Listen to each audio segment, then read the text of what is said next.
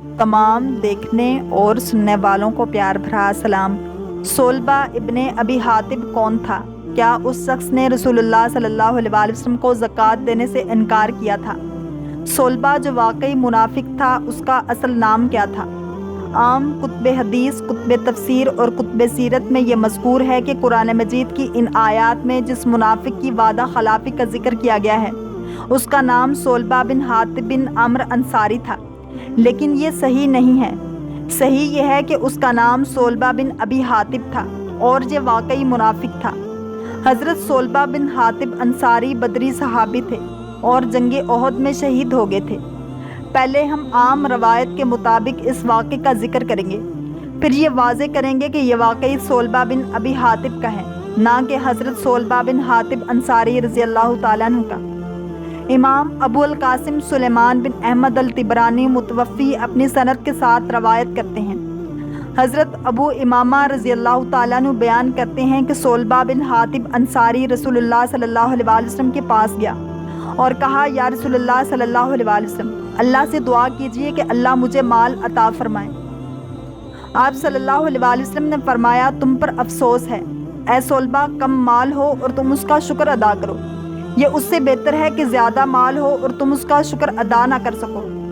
وہ پھر دوبارہ آپ صلی اللہ علیہ وآلہ وسلم کے پاس آیا اور کہا، یا رسول اللہ صلی اللہ علیہ وآلہ وسلم، آپ اللہ سے دعا کیجئے کہ اللہ مجھے مال عطا فرمائے۔ آپ صلی اللہ علیہ وآلہ وسلم نے فرمایا، صلبہ، افسوس ہے، کیا تم یہ نہیں چاہتے ہو کہ تم رسول اللہ صلی اللہ علیہ وآلہ وسلم کی مثل ہو جاؤ؟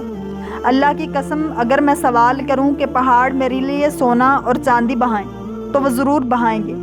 وہ پھر آیا اور کہا کہ یا رسول اللہ صلی اللہ علیہ وآلہ وسلم، میرے لیے اللہ سے دعا کیجئے کہ وہ مجھے مال عطا کرے۔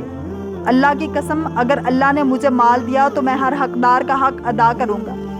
تب رسول اللہ صلی اللہ علیہ وآلہ وسلم نے دعا کی، اے اللہ، صلبہ کو مال عطا فرما۔ اس نے بکریاں پالی، ان میں اس قدر افزائش ہوئی کہ مدینہ کی گلیاں ان سے تنگ ہونے لگیں۔ وہ رسول اللہ صلی اللہ علیہ وآلہ وسلم کے ساتھ نماز پڑھتا، پھر بکریوں کی طرف چلا جاتا تھا۔ ان میں اور افزائش ہوئی تو اس نے نماز جمعہ اور باجماعت نماز پڑھنا ترک کر دیا۔ اس کے پاس سے سوار گزرتے تو وہ ان سے حالات معلوم کرتا تھا، حتیٰ کہ اللہ تعالیٰ نے اپنے رسول صلی اللہ علیہ وآلہ وسلم پر یہ آیت نازل فرمائی، ان کے اموال سے زکوٰۃ لیجئے جو ان کو پاکیزہ کرے اور ان کے باطن کو اس کے سبب سے صاف کرے۔ تب رسول اللہ صلی اللہ علیہ وآلہ وسلم نے زکوٰۃ کے وصول یابی پر 2 شخص مقرر کیے، ایک شخص انصار میں سے تھا اور ایک شخص بنو سلیم سے، اور ان کے لیے زکوٰۃ کی مقدار اور جانوروں کی عمریں لکھ دی، اور ان کو حکم دیا کہ وہ لوگوں سے زکوٰۃ وصول کریں اور صلبہ کے پاس جائیں اور اس سے بھی اس کے مال کی زکوٰۃ لیں۔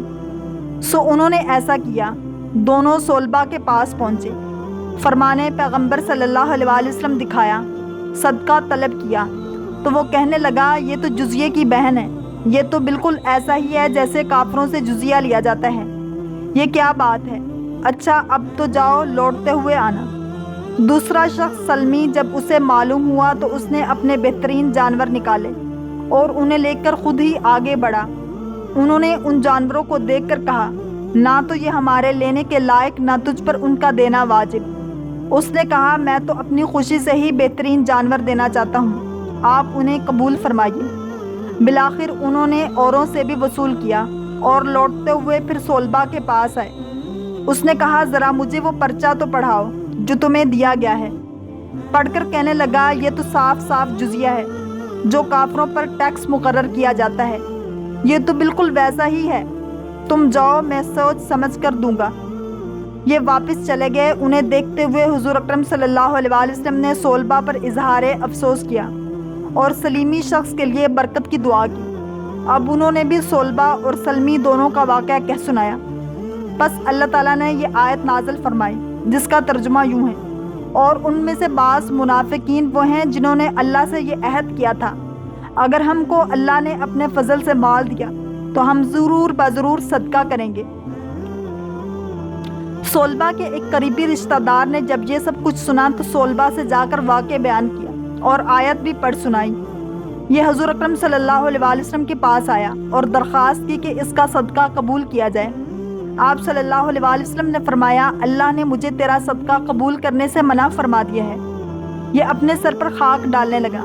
آپ صلی اللہ علیہ وآلہ وسلم نے فرمایا یہ تو سب تیرا ہی کیا درا ہے، میں تو تجھے کہا تھا لیکن تو نہ مانا۔